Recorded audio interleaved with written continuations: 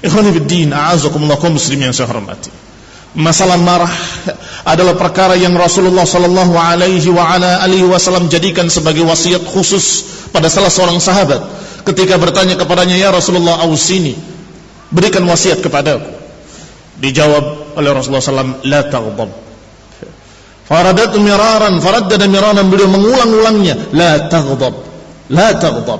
Tidak ada wasiat lain kecuali satu, jangan marah. Kenapa demikian? Karena mereka yang marah biasanya mereka dikuasai oleh emosinya.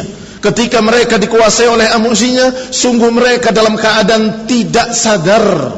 Yakni orang-orang yang tidak memiliki bimbingan, tidak memiliki pikiran yang sehat.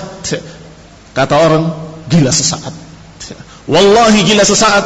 Setelah dia marah, turun marahnya, baru dia berpikir, kenapa kok saya sampai membanting gelas? Kenapa saya harus memecahkan kaca rumah saya sendiri? Kenapa saya kok bodoh?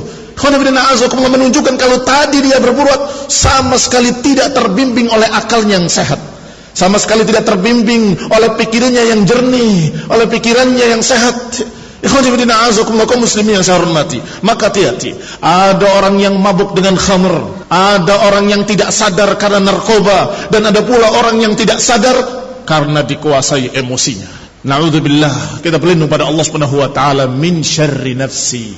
Kita berlindung kepada Allah Subhanahu wa taala dari kejahatan dan kejelekan nafsu kita sendiri. Ikhwani fillah, kaum muslimin yang saya hormati. Siapa-siapa yang bisa menahan amarahnya, maka merekalah orang yang memiliki akhlak yang mulia, orang yang bisa melakukan sesuai dengan bimbingan Quran wa sunnah. Apakah ini tepat atau tidak tepat? Apakah ini adalah sesuatu yang halal ataupun yang haram? Apakah ini akan jadi baik atau ini jadi jelek?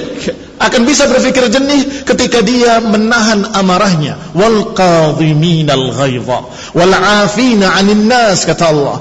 Orang-orang yang beriman adalah orang-orang yang menahan amarahnya dan memaafkan manusia. Ikhwani fiddin, a'azakumullah kaum muslimin yang saya hormati. Ketika dia bisa menahan amarahnya, tahan tangannya, tidak bergerak untuk menyakiti orang lain, tahan lidahnya, tidak mengucapkan sumpah serapah, tidak mengucapkan kalimat-kalimat yang jelek, yang buruk, yang tidak diridhai oleh Allah Subhanahu wa taala, maka ketika itu dia mendapatkan dari Allah Subhanahu wa taala kebesaran hati dan kemuliaan dirinya, sehingga dia bisa melihat, kalau saya berbuat demikian, niscaya yang akan terjadi demikian. Kalau saya tidak berbuat demikian, maka niscaya tidak akan terjadi demikian. Ikhwan fillah, azakumullah, bisa berpikir dengan sehat. Tetapi mereka yang memuaskan hawa nafsunya, nafsu amarahnya, memuaskan emosinya, biasanya dia tidak berpikir sama sekali apa yang akan terjadi nanti akibatnya. Ikhwan fillah, azakumullah, padahal orang-orang yang beriman dikatakan oleh Rasulullah SAW, akmalul mu'minina imanan ahsanuhum khuluqan.